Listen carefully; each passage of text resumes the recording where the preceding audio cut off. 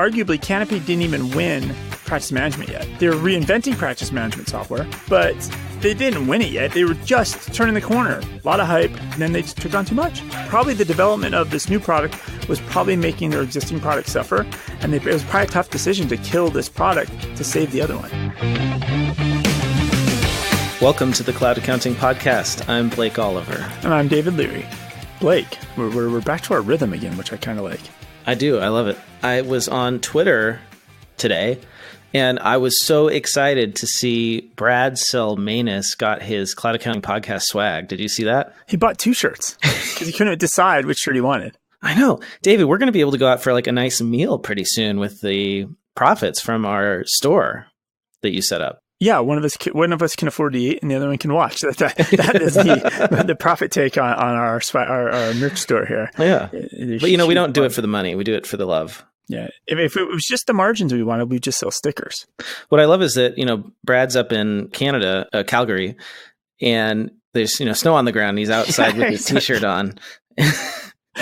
Guns are out like nothing. Yeah, exactly. Just t-shirt, snow on the ground. It must still be fall for him. So thanks, Brad. That was awesome. Thank you for that. And thanks for the pictures. And if you want to see them as a listener, just go into the show notes and they'll be right there at the top. So I was on Twitter this week. Earlier in the week, so my daughter started doing refereeing of soccer games, right? She got her first check. You can't catch a check. It's very, very hard in this day and age to catch a check. But it's even harder. It's harder for a kid to open a bank account so you can get an app to catch it. So I try to use all these new banks, like Simple Bank, Ally Bank. We didn't use Chime. We tried Acorns. We tried Stash. None of them let a kid open a bank account. So I'm like, so all these, so it's almost right back to where like none of these new tech companies that we talked about last week, that want to be banks, none of them are actually offering any new services.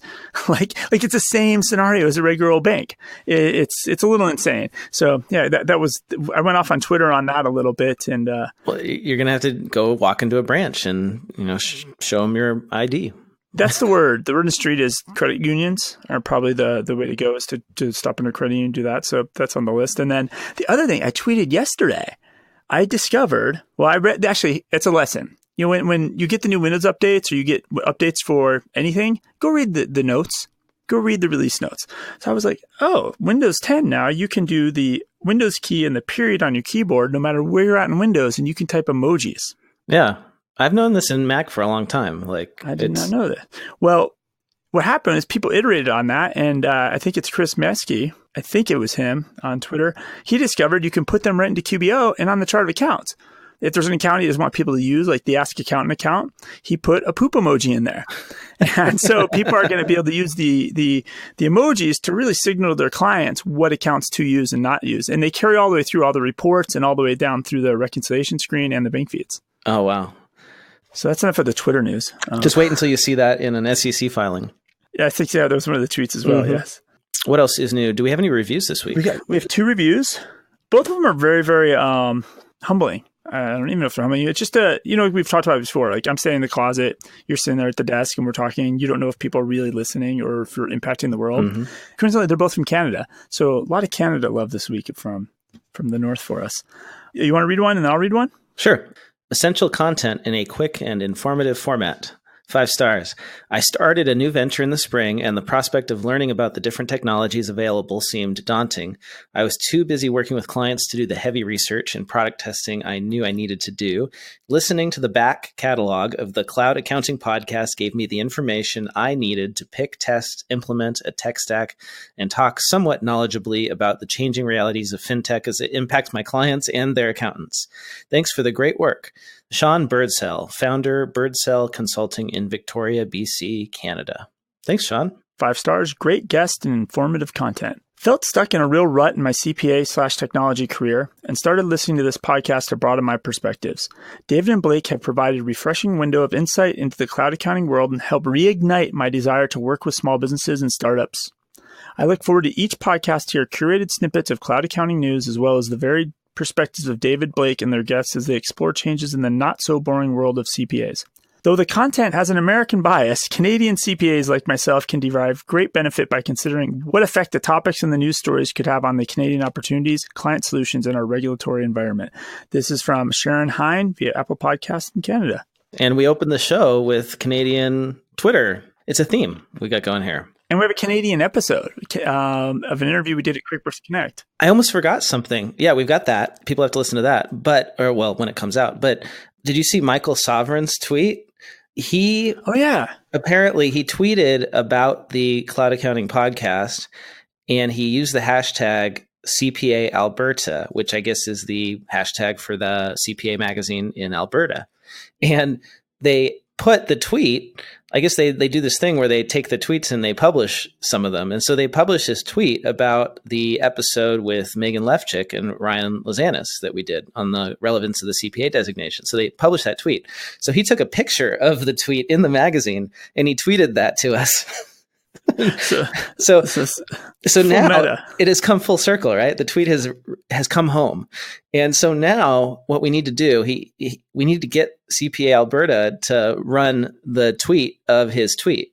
The photograph of the tweet in the magazine. Yeah, they need to put that. So then we get like Inception level tweet magazine, Inception level Twitter there. Oh my goodness. Thanks, Michael Sovereign. You can follow him. He's at sovereign_cloud. And that's it. There's no more Canadian stuff the rest of the show. But we have news. There's news that has occurred. Well, I do have a Canadian app story to start kick things off. Yeah. Why don't we just do that one? No, jump right in. So FreshBooks opened up their first international office in Amsterdam, and they opened up their second international office in Raleigh, North Carolina. And they've never had a U.S. office before. No, they've always operated from Toronto? They're in Toronto, yeah. Yeah. I have a couple quick updates on previous stories. We got to talk My Payroll HR. Yes, that's where I was going next. So My Payroll HR, apparently the Pioneer Bank and Michael Mann have agreed to a settlement. The agreement's called a consent judgment, and essentially it's crafted when somebody is unable to pay a debt. So it was signed by Mann and Pioneer's attorney. It doesn't really mean he's going to pay them anything. I think maybe it's one of those things like Pioneer needs done so they can move on to their insurance claim or something. Yeah, I guess he's admitting that he's not going to fight them on this. The bank reported the outstanding balance on the loan to be $35.8 million as of October 15th, and the interest accruing was at a daily rate of more than $8,500. Jeez, that's a lot.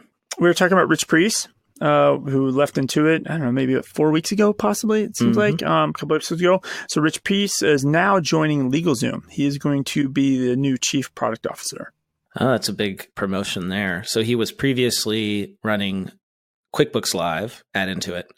That's correct. Now chief product officer at LegalZoom. Yeah, and he's joining Dan Winterkoff, who was former QuickBooks leader at Intuit.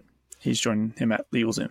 Well, we had speculated amongst each other that maybe he was going to go to Bill.com, which I was thinking was very likely given that Bill.com just filed to go public. They're going to do an IPO. That was the hint, right? Because I think when Rich Priest, the coverage of Rich Priest, the only news it said is he's going to a company that is pre-IPO for the first time in his career. I was like, well, who's going pre-IPO? Oh, it's probably Bill.com. So, yeah. So this happened late on Friday, so we missed it in our last episode. They filed on November 15th, which was Friday of last week, for a $100 million IPO, according to a filing with the Securities and Exchange Commission.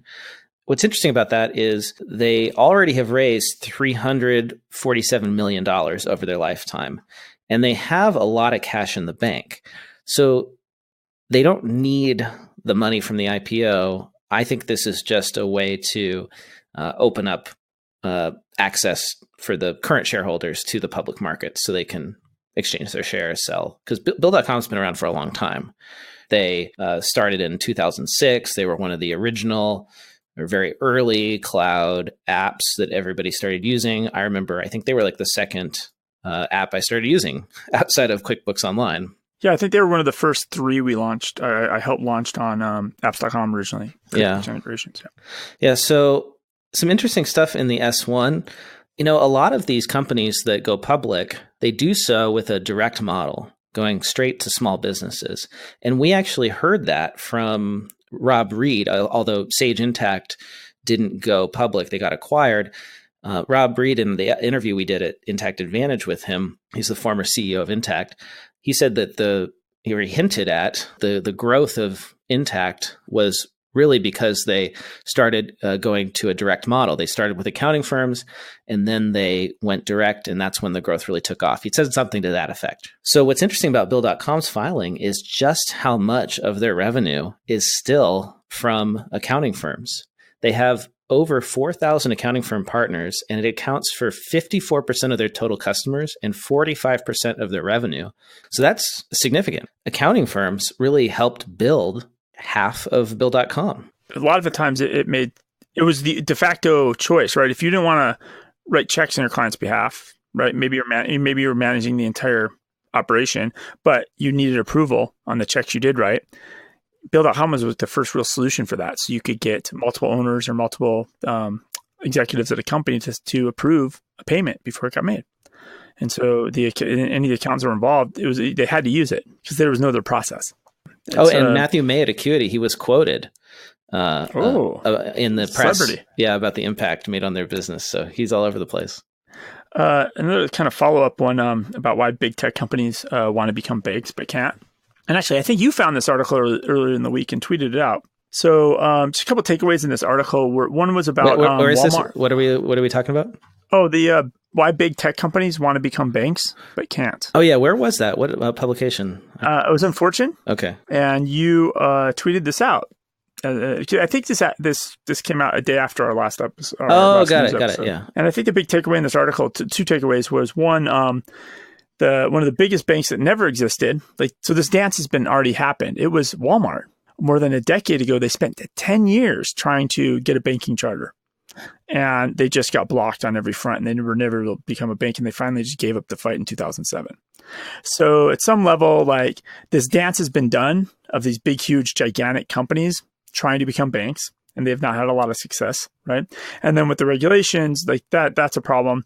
But the under this article had a really good quote that I kind of liked, and I thought it actually makes sense for our industry a little bit, right? Or a lot of the accountants that are going through change.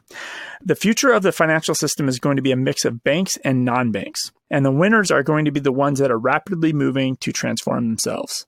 And I kind of feel like that's what is happening in our industry with accountants and bookkeepers, right? The ones that are going to win are the ones that keep adapting and transforming. And so that's really what's going to happen between the old established banks and all the new apps. They're going to partner, they're going to work together, and they're just going to keep iterating and experimenting until they figure this out. But it's going to be really hard because the pushback's just been there forever. Yeah. Well, it takes a long time to change something that's so enmeshed in regulation as banking. And we haven't been doing it for that long, honestly. A decade? So give it one more and somebody will find a crack in that regime and they'll break it open. I mean, that's what people were trying to do with this fintech kind of bank charter that was like a different kind of charter, a national charter, so you didn't have to get all the states. Somebody will figure out how to do that. They'll get the political support to do it, and then the traditional banks are done. It's going to be over, but it'll just take a little while. And Walmart was just a little too early. So some other app news: Sage released their full year 2019 results. I saw this came out and I peeked at them, but I can't tell you any of the numbers. Well, Sage is such a big global company that it's kind of hard to get any insight into specifically the North American market because we're only 35% of their revenue in the USA and Canada. Okay. Northern Europe is 20%, Central and Southern Europe 33%, South of Africa and Australia 11%. And what stuck out to me in the investor fact sheet is the change in the revenue categories. So the big change from fiscal year 18 to 19 is that their software subscription revenue grew 29%, which is really good, right? That's similar to Xero's growth rate. I think Xero was 30, maybe 32%, something like that. Intuit has been putting up similar numbers in their results, 30 to 40% is good, right? Well, Sage had that for their software subscription revenue, but they lost in a category called other recurring revenue. That declined 12%. So their net recurring revenue increase was 11%. And I think the other recurring revenue is probably, I haven't dug into it, probably maintenance and support, the on-prem type folks. So they're converting their existing on-premises ERP customers to cloud, like Sage Intacct, for example, but they're losing that support revenue, but getting software subscription revenue. So that's why their results are actually not that amazing overall. They only increased revenue 5.6%. That's like a mediocre accounting firm growth rate. Nothing particularly amazing. But in the long term, right? If the SaaS model is going to make them more money than when your support renewals, right? In the long run. So it's like, it's not bad. It's just not like amazing. And it seems to me that like, if they really want to grow big numbers, if they want to put up big top line revenue numbers, they have to go get new customers. They can't be just converting their existing base of customers. They've got to go get new non-Sage customers to use Sage, or use Sage Intacct in particular. Overall, like certainly better than the situation when they were in last year, when they had all that crazy turnover at the top. I think it was Stephen Kelly was forced out. Anything else in that their earnings that struck you? Last thing is their guidance for fiscal year 2020. They're aiming for recurring revenue growth of 8 to 9%.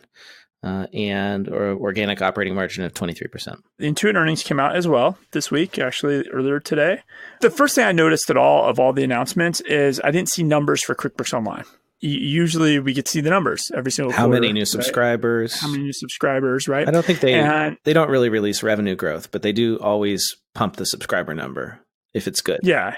Which has been, I think 300,000 a quarter almost for 8, maybe 12 quarters straight. Right. It's been growing insane numbers. And so I wonder if that number is down a little bit and they're purposely left out. Yep. But, they're really talking more about their entire ecosystem revenue now. Right. And that's basically everything that has to do with QuickBooks. So it'd be payroll, probably the QuickBooks Capital, et cetera. That grew 35%. And the target was only 30%. So they beat the street on that. And then, they had some other announcements in there. The one that really stuck out was they grew the UK subscribers, and they now hold the #1 position for cloud accounting subscribers in the country. In the UK. So they did beat Xero in the UK. They did. Because we were talking about how they might have, but we didn't have the numbers lined up. We still don't have the numbers. We just have a sentence. We still don't have the numbers. But Intuit is claiming it now. Yes, Intuit's claiming it now. Yep. Wow. And then QBO ahead of Xero in the UK. Yeah, which explains why their international online revenues grew over 60%. Looked at their transcript. Now, the transcript, I didn't see the Q&A part of the transcript, but I did look at the rest of it. So they have about 5 big bets going forward, and really just calling out 2 of them. So their second big bet is to connect people to experts, right? And they talk about a little about the QuickBooks Live launch and how it's opening up access to a $10 billion market opportunity. $10 billion. $10 billion. So now Intuit's Intuit's $8 billion company? Yeah, they're not even a $10 billion company. And so it's very obvious why QuickBooks Live's happening. If there's a $10 billion market opportunity there, of course they're going to chase it. Yep. And it's very, very big. And then it gets in a little bit of details about QuickBooks Live. They said over the last 6 months, they've run up to 50 tests to learn what customers really need. They've refined the go-to-market and pricing strategies, and they keep building out the expert pipeline. So as of 90% of TurboTax Live experts expressed interest in working in QuickBooks Live. So they're building out the staffing for that. And then they also talk about how they've keep improving TurboTax Live, and they've been making the experts even more accessible at different points inside the product. And they've seen a 32-point conversion or increase for first-time filers. So TurboTax Live's helping almost a third of TurboTax Live customers are converting because of TurboTax Live to a paid customer. And that makes sense, right? Because talking to somebody who knows what they're doing is like gives you that comfort that you're going to get your taxes filed correctly, and they're going to keep going with TurboTax rather than bailing on it and going to somebody down the block. And then the other thing they talked about, their 5th big bet was to disrupt the mid-market with QuickBooks Online Advanced. And we talked about the ChronoBooks acquisition last week. And that they're obviously trying to go to that, and they want to really create like a dashboard that catches all revenue streams across all their products, all their services, really to understand the entire business performance, which is a little bit different than you may not need that in a smaller business, right? Mm-hmm. Seeing that across every product, every project, every customer. So they're working on some of that. So yeah, so the numbers came out. It would have been great to get real QuickBooks numbers, but there's nothing this time, unfortunately. So speaking of tax, did you see that Bench is now partnering with Taxfyle? They got together and they're offering Bench Tax. They just stuck them together. Bench Tax. It Makes sense, right? I mean, that's essentially what H&R Block's going to do with their purchase of Wave. I predict one day TurboTax and Live and QuickBooks Live will have a baby where you get tax and books and sense. Tax all at the same time. We asked that of Ted Callahan when we interviewed him about QuickBooks Live at QuickBooks Connect, but apparently that's not yet on the roadmap. I understand they have a lot to do. So this is the future. For those who don't know Bench, you should, especially if you're in the bookkeeping space, because they are outsourced bookkeeping through their own proprietary general ledger receipt scanning reporting application. And now they've partnered with Taxfyle, which is a similar online app-based tax company, to do the whole soup to nuts. We'll do your books and we'll do your taxes. And I guess they've got everything set up to securely share the information. You get the info to them and they'll do your taxes. I don't see the pricing. Oh, yes, I do. Pricing designed to fit your needs. I'm looking at the website right now. So apparently it's monthly. I like that idea of charging for taxes monthly rather than all at once, because it makes it a lot more sticky, right? If you've paid for 6 months of taxes and you haven't yet filed, you'll probably stick around for the next few months until you get your return done. So a sole prop filing for personal returns in Schedule C starts at $50 a month. A business filing starts at $75 per month. That's for partnerships, S Corps, and C Corps. And then business and personal filing combined starts at $110 per month. Got it. And it makes sense, right? Like if you're paying for tax monthly and it's tied to your books, like it's easier to scale tax that way, right? Because then if your tax is depending on the quality of the books and that you're controlling both parts of that equation, it's just going to make tax easy and easier. And they're paying for the books monthly because Bench is a monthly subscription. So it just rolls into that monthly fee. And it makes sense for Bench and Taxfyle because their labor costs are fixed usually. If they have employees, they're paying them salaries. Right? I've always wondered this about accounting firms. Why do you charge for taxes at the end of a process where you have these people on your salary or on your payroll for like the whole year? You're paying for them every month, right? You have options too. So I know a former sponsor of ours, Hail on Tax, is kind of basically offering this for bookkeepers, right? If you currently are a bookkeeper and you don't do tax at all, you could partner with an app Hail on Tax, and they'll do the taxes for you. So you can offer this same offering, and you don't have to go work for Bench. Yes. Yeah, exactly. So you can compete with this, right? With your own clients if you're at that choosing to do that. So we got some fundraising that happened. BlueVine raised $102.5 million for banking services that target small business. You're familiar with BlueVine, David, as the banking and lending guy on this podcast. Yeah, they had the best chapstick ever at any conferences. Really? I'll have to get some next time. Yes. They didn't have any at QuickBooks Connect. I was very disappointed this time. They started as a lending service. You connect your BlueVine to your QuickBooks and you get a loan, right? That's how it worked. They look at the data. Yeah, you get a loan against your open invoices. Yeah. So they can. So now they're going to expand more into the banking side of things. So that's what this series round of equity funding is going to be for. So the move that they're doing is called BlueVine Business Banking, which includes checking accounts and other services alongside financing. So the idea is target newer, still growing and expanding businesses. The checking account was announced in October of this year. And the idea is to give them a one-stop shop for all of their financial services.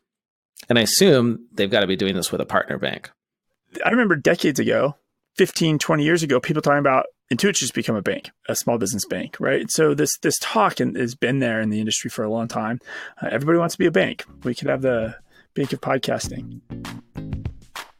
This episode of the Cloud Accounting Podcast is sponsored by OnPay. Many times when choosing a payroll service, you have to choose between a new startup with a great app or an established company whose tech may feel a little behind the times. With OnPay, you get the best of both worlds. A great app from an established company that's providing payroll for over 30 years in all 50 states. OnPay is an easy-to-use full-service payroll with simple, straightforward pricing, and it includes all their features: employee self-onboarding, HR tools, health insurance, workers' comp tracking, and 401k.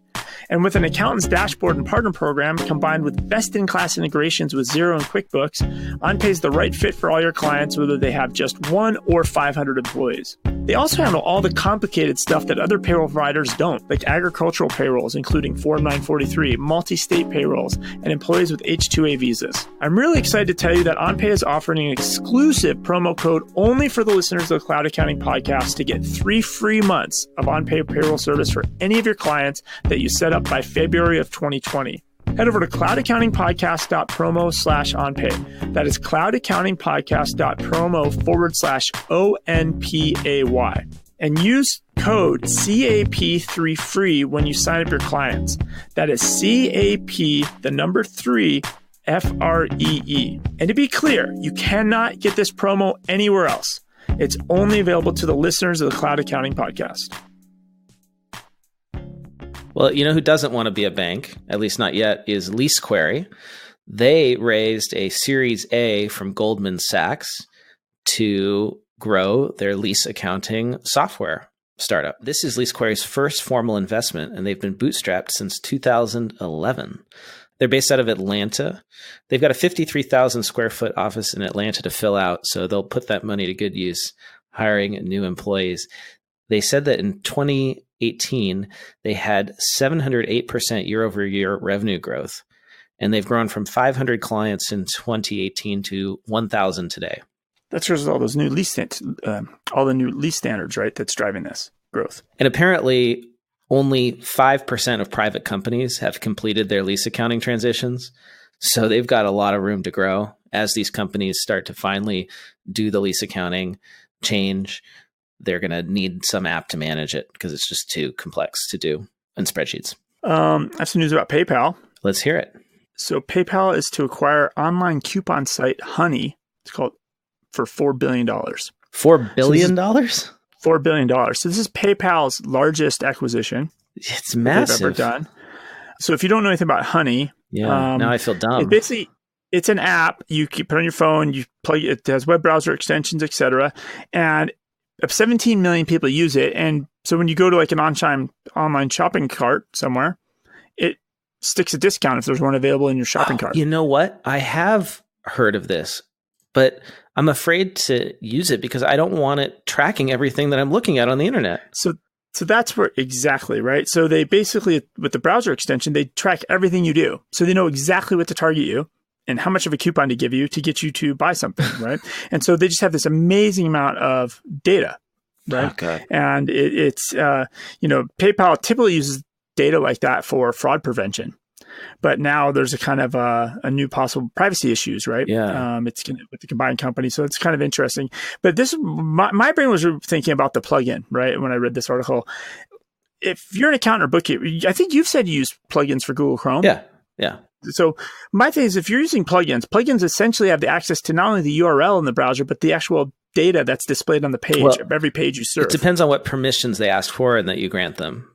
But most people just click OK and they don't really look. And I'm always very skeptical of a plugin that wants access to everything that I'm looking at. Yeah. And so my thing is I started thinking is like for accountants and bookkeepers with plugins, like, is this like a real concern? Like, are you potentially exposing your client's data? Oh, yeah. Unknowingly? Absolutely. If you have browser plugins. If you have a malicious browser plugin and you're a bookkeeper and you're going in QBO or Xero all day long, looking at stuff going into bank accounts, and you've got a malicious plugin in your browser, that could be scraping everything you're doing and sending it back to some hacker. Absolutely, it's a huge security risk. So everybody uninstall those browser plugins. Don't have a separate profile on your computer one for personal, one for Honey, and one for client work where you don't have any plugins because it's just too risky. Yeah. Tipalti is partnering with AR automation firm WhyPay. I'm wondering if this is going to be more of a trend because previously you go to conferences and you go places, the AP guys would be over here, the AR guys are over here. And it's very clear of like who does what, right? I'm using the AP to pay all my bills. I'm using the AR to usually do some sort of chasing or collections activities with my clients. And I always wondered why they didn't do both. Because it's just two sides of the same coin. It's like the same concept. One is you're pushing money, one is you're pulling money. Why do we need two different apps? And I always wondered why Bill.com didn't put more into their accounts receivable function, which they have. A lot of people don't even know that. Like you can get anyway, go ahead. Well, I think there's some expertise in collections that are way different skill set. Like, I think if you try to focus on both at the same time, you'd probably not do either well. And I think that's kind of what happened. So you're probably going to start seeing companies merge together that do this beyond a partnership, right? What's the detail? What's the deal with the actual partnership? I think they're just collaborating. I didn't really say there's not really, I don't think there's going to be any API level. It's really just, they're going to start working together. Oh, they'll just sell each other, just promote each other to the mutual clients. Yeah. I think it's starting out with that. Yeah. They're trying to, help enterprises might be using the AP side, and they're being educated. Hey, you can also use technology to solve your AR side. The interesting thing for me is my 2 cents is YayPay, they should have paired up with WhyPay. So Yay, YAY should have paired up with WhyPay, WAYPay. YayPay. They could merge and they could be YayPay. YayPay. So that was kind of observation on that. I like that. And another eye roller story that was app related. Let's hear it. This is picked up by Payments, PYMNTS.com, which I think is a lot of articles written by bots. So we plow through a lot of these, and sometimes the article will be written and you'll be able to find a link to the real article that you want to read, and you drill down, and that's how I get a lot of articles for the show. But they had one just rolling my eyes this week. So a timesheet app, On the Clock, announced that they basically now have an API and they can send time data to accounting and payroll systems. Oh, wow. Wow, that's a big deal. And it's just some part of me is is this even news? How did this get through there? And then the interesting one is the On the Clock. I went to the rest. They have 9,000 customers. Yeah, well, right. And so these people have just been okay with CSV imports and typing data for the last 6 or 7 years, while dozens and dozens and dozens. My experience with APIs on QuickBooks, that everybody built a timesheet app. Everybody was building one because that was the demo app everybody saw the code for, right? And then B, it was one of those easily attacked problems. Everybody has timesheet problems in small businesses, and everybody attacks that. And so a lot of people, it made sense, right? The whole point of tracking time is to not have to type it into an accounting system. So I just thought it was it's surprising that was an article. Yeah, interesting. Well, a lot of people we have to remember that most businesses are really just solving point problems at this point. Yep. Right? The people who are actually doing integrations, I was just talking about this with somebody. How many businesses are on cloud? It's about 50% now. That's great. We've reached mass adoption of cloud in general, but most businesses are still not integrating apps. I would put that at 10%. The rest, 90%, it's just, here's one app that does this. Yes, it's in the cloud, but I still have to manually take the information from that app, put it in this one. And that's exactly the situation. I think I had a conversation with somebody at T-Sheets once, and they were just pulling their hair out because they had this huge overlap, if you draw a Venn diagram, of T-Sheets customers and QuickBooks Online customers that didn't use the integration. They would use every other way to move the data across. For whatever reason, they just would not use the integration. They just never turned the integration on. So yeah, I'm sure even when the technology exists, they don't use it. Well, and I always wonder if sometimes it's because moving that data over is somebody's job and they're not interested in automating it. I've heard, you know what I mean? There's a person who types in the payroll. I mean, we've heard this from accounting firms, and right. They struggle with their own internal in-house bookkeepers about using automated tools to help make data efficient. Yeah. Data entry. Why would you automate your own job if you're not sure if you'll have one after that? Right. That's why it's super important as a firm owner or a business owner to reassure your people that you're going to find other work for them to do that's more rewarding. Otherwise, if they don't trust you, they're not going to help you. I'll let you jump in some articles. I do have an article about your great state of California, but I'll let you jump in some articles. So I've got one more app article before we get into other broader news. Yeah. Canopy Tax. So listeners of the show may recall, and just those that are aware of the cloud tax space, which is kind of small, that Canopy was one of those bright stars that was growing really fast. And then this year, they ran into some trouble. We're not sure exactly what, but they had to lay off 100 people earlier this year, right after they'd built this beautiful office. And then they had to lay off another 70-something just recently, and the CEO stepped down. So something went wrong. They expanded too quickly. Yeah, and I think if I remember the news before earlier in the year, they expected to have some tax product out in the market. and never made it. They never got done. And everybody was really excited about this because there's not a lot in the way of new challenger tax products. We've got the old established guard, right? The Thomson Reuters, the CCHs that are moving their products to cloud. Like a lot of times it's a hybrid cloud. It's not the best. Like something built in the cloud, with modern UI that's like QuickBooks or Xero. That's what everybody wants. Nobody has that yet. And Canopy was saying, we're going to build that for you. Well, that is no longer going to happen, at least in the short term. Our friend Clint Bowers, CPA in Dallas, received an email that he posted on Twitter from somebody at Canopy. Clint has been working with Canopy to onboard his clients for several months now. And he just received an email last night saying, quote, "Thank you so much for your patience. I have some updated information for you. At Canopy, we're on a continual mission to innovate and refine our solutions and how we deliver them. To that end, we recently made changes to our near-term product direction in an effort to heighten our focus on further enhancing our practice management product. Our mission remains the same: to develop a comprehensive software solution that enables you to effectively manage your work, seamlessly interact with your clients, and efficiently deliver your services. Our practice management product is the foundation of that mission. As part of these changes, our recently released tax prep product will no longer be supported for the 2019 tax year. The tax prep product will move to a private beta while we work to expand its functional breadth and depth before making it publicly available once more. I hope this is helpful to you." So Clint was just like upset, to say the least, because he spent a lot of time onboarding clients and providing feedback, and now they're backing down from the tax prep product to work on their core product, which is a practice management solution. And I don't know, what do you think, David? Being in software, what do you think about the way they? Well, it goes to what I just said a little while ago about if you try to build an AP solution and an AR solution at the same time, you probably would suck at both, yeah.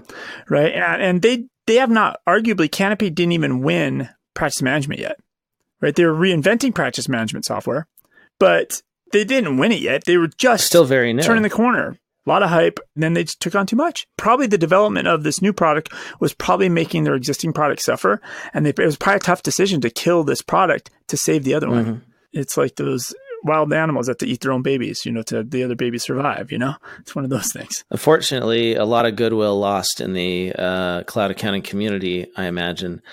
And I just have to say that I don't think this was the best way to communicate it. No apology. Just saying they're no longer going to support it for the 2019 tax year. I mean, it could have been a little more human, don't you think?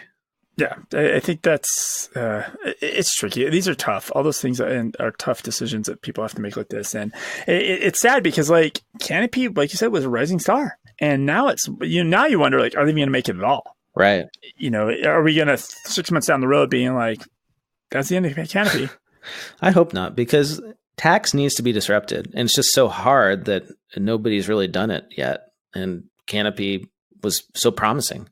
I think it still is. Maybe it can be turned around. So this is funny. This just popped into my feed. I'm talking about how Canopy is disrupting tax, right? Well, let's put this in perspective. Wolters Kluwer just announced in October that they have added a client collaboration module to their CCH Access cloud-based tax prep product. So literally the thing that Canopy does, right? They've Wolters Kluwer just finally added it. So obviously drama from Canopy this week. There's two other drama things that happened this week. So I'll read the headline from Insightful Accountant. Joe takes Scaling New Heights Online 2019 offline. Oh God. Yeah. How did it take so long for us to get to this? That I don't know.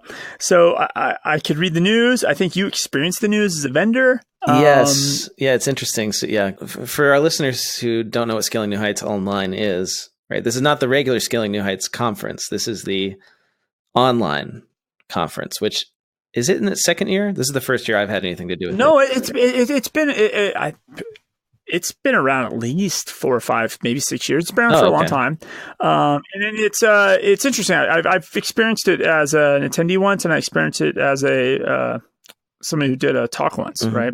And everybody who attends, they can do CPE credit, and it's almost like you have a little avatar. It kind of feels like 1990s kind of cool. You're walking around and you can click on things and you go into a room to attend a session, and you get your CP credit. And my understanding, it's always been decently attended.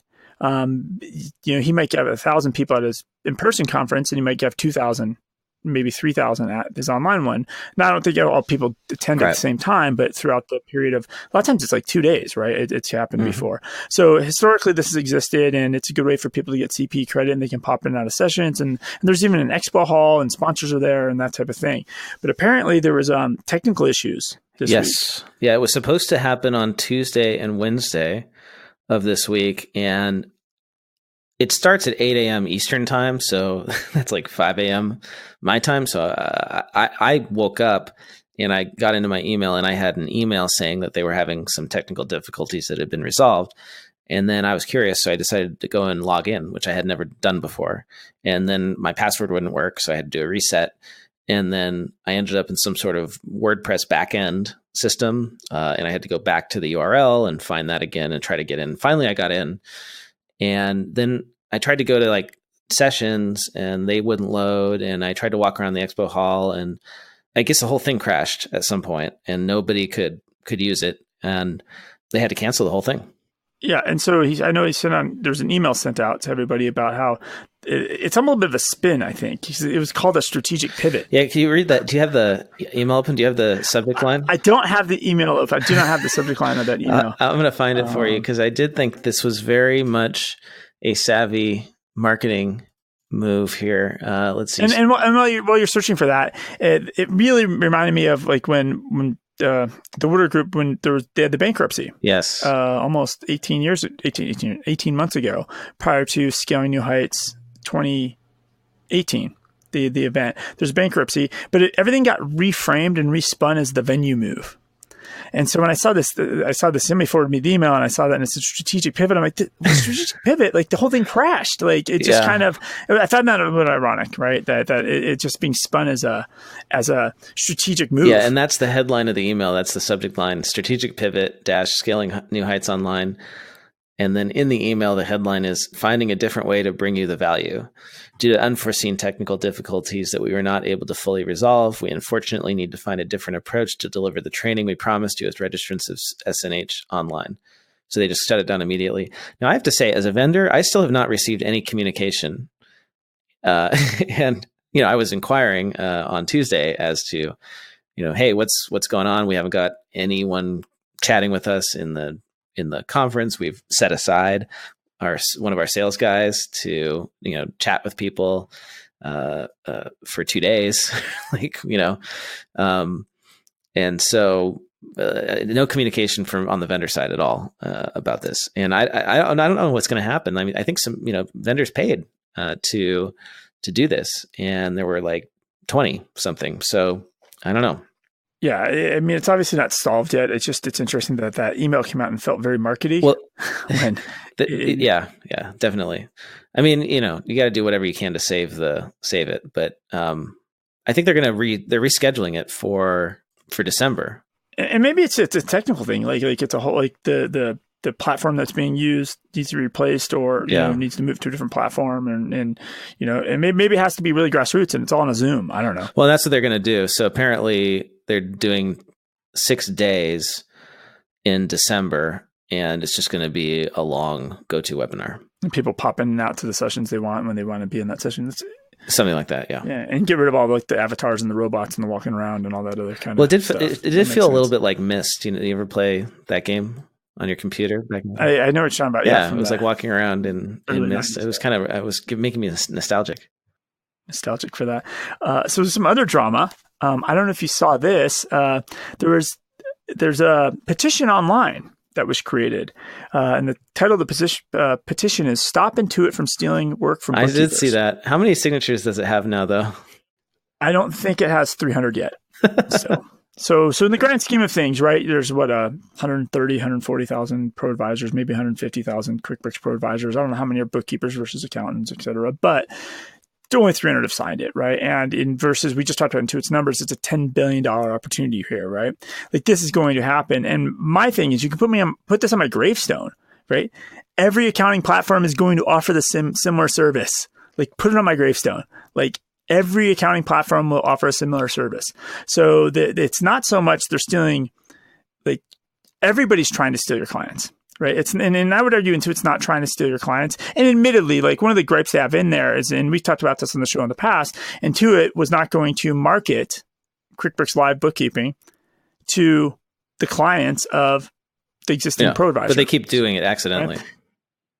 Right? Yeah, it's either a bug in the code, and I still question that. Like, it probably is a bug in the code, but I question, like, this should be extra triple check tested because of the sensitivity, right? Everybody's very, very sensitive about this, you know? And I also feel like there's like if you take the bell curve of pro advisors, right? You got some on one end who are like, they're in a niche, they're value billing, their business model isn't really threatened by QB Live. And then you have people on the other end who are starting the practice. They don't even really have a practice yet, and they're just looking for bookkeeping work, right? And then those people, you've seen them on the Facebook groups, like, how do I get clients? Right. How do I create a process for onboarding a client? And so those people are going to be happy. But I think there's people that are maybe in the middle there that haven't taken that next step to the future of like really building out the practice differently and improving the practice. So I could see where this is definitely a threat. It's just, I'm not sure a petition is going to do anything. Oh, no, absolutely not. And it's just not going to get enough eyeballs. Not enough people are going to support it because this is going to happen, and it's going to happen before anyone wakes up. Like the vast majority of people, like you said, are not aware of it, right? The vast majority of bookkeepers, there's how many millions of accountants in this country, or there's like between 1 million and 2 million bookkeepers alone. And how many of them, are aware of QuickBooks Live? Not like tiny little fraction. So only the ones that listen to the podcast. Right. So, you guys are on the cutting edge, and I don't think those folks are going to be replaced by a QuickBooks Live type thing. It's that person who's billing $20 an hour, 10 hours a week for some small business that they do on the side, right? Like, or maybe less. A lot of people charge even less, $15 an hour, $10 an hour. Yeah, and those people are going to get erased from this, right? They want to go work for QuickBooks Live because they'll make more money. We talked about before your California and your budget problems and your ERP problems and your building the bridge problem. Don't associate me directly with California's budget problems. I just live here, man. Okay. Well, I think California has a plan on how to fix all of this. Oh, really? There was an article in Accounting Today. I don't believe. Okay, tell me what. And the title of the article is Back Taxes for Online Sales. I'll just read this out loud so you hear it very clearly. Their plan. Well, don't read it to yourself because. All right, ready? Okay. Despite signing onto a U.S. Supreme Court amicus brief stating otherwise, California is now retroactively seeking sales tax from out-of-state online merchants going back as far as 2012.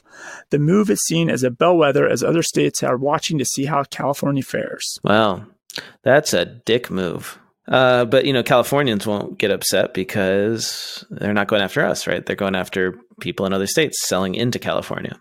And we got a lot of people, so it's a lot of money. So that's, I don't know if you want to speak to that or not. And I don't know. It's like, it's just going to create huge problems for small businesses. It's not very business friendly.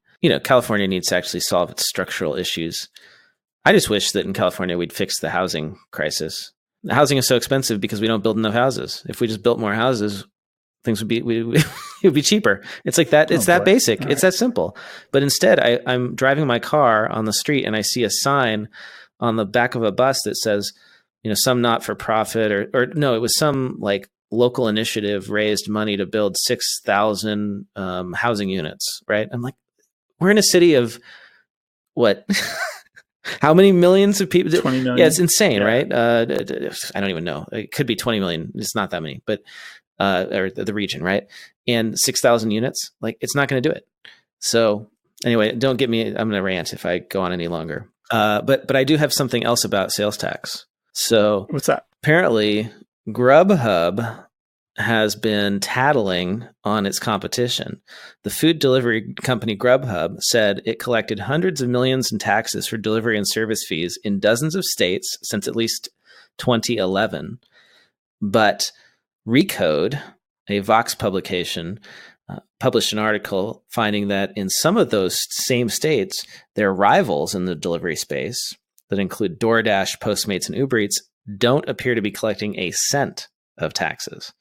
And that discrepancy puts those rivals in a precarious position if regulators take notice and object. So basically, DoorDash, Postmates, Uber Eats, because they're not collecting these taxes, they probably should be, given that, like, why would Grubhub do it if they didn't have to?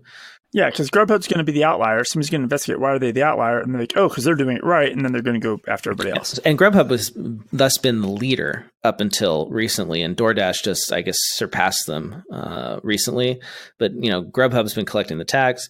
Their competition isn't. I think those apps, those companies could be on the hook for lots of money, and it could actually affect the restaurants too. The tax authorities could come after those restaurants who are not collecting the sales tax or the delivery tax or whatever taxes are applicable because they're relying on the app to do it. Something to watch out for, actually, if you have clients who are in the food service space, or if they're using apps, are they using ones that collect the correct tax and remit it? And if not, they might be in trouble. Yeah, that'll be the next grab by. I mean, once they get all the online retail sales, they'll be going after the food. Well, and it's just like in New Jersey is going after Uber right now for all sorts of payroll taxes and whatnot. $650 million in unemployment and disability insurance taxes because they allegedly misclassified their workforce as independent contractors instead of employees. So as these app-based businesses in this app economy get bigger and bigger and bigger, they become bigger targets for governments and tax authorities to extract money from them for not being completely compliant. The wheels of the bus keep going. I don't have much, no other news this week that's probably worth talking about or that fits in. What about you? Let's end on a positive note. How about that? Sound good? Okay. I love these surveys from CPA Trendlines. They do good surveys, good data. I spotted one of their charts called Workflow Security, the Biggest Tech Challenges. Apparently, from 2017 to 2019, some things have become more challenging and some things have become less challenging for CPA firms. The good news is that workflow and efficiency has become less challenging, with 20.6% of respondents saying that's their biggest challenge. I can't actually see what it was because the numbers aren't here on the chart, but it was higher in 2018 and 2017. Security is also less of a challenge than it was in 2017.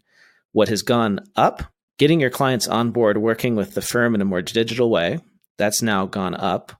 And creating and implementing an effective technology strategy has also gone up since 2017. I guess that's sort of a mixed bag. So I'm just reframing in my brain. So on one hand, internally, workflows are getting better at firms, but actually trying to be more efficient and working with your clients in more efficient ways, that's still a struggle. Yeah, but I think it's a good thing because it means, first of all, firms are feeling more confident about security. They're feeling more confident about their workflow and efficiency in-house. And now they're turning externally and saying, hey, let's be more efficient with our clients.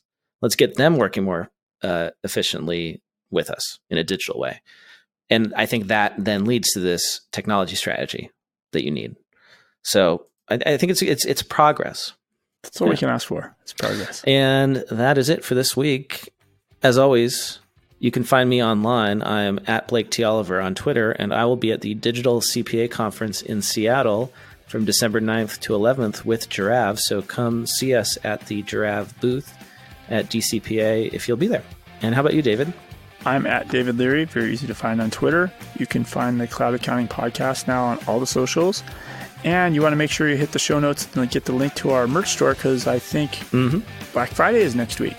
And when you're sitting around digesting your turkey, you could order your family members a Cloud Accounting Podcast shirt, put it under the Christmas tree. And if you leave us a review, we will read it on the air. Great talking to you, David. See you next week. All right. See you next week. Bye.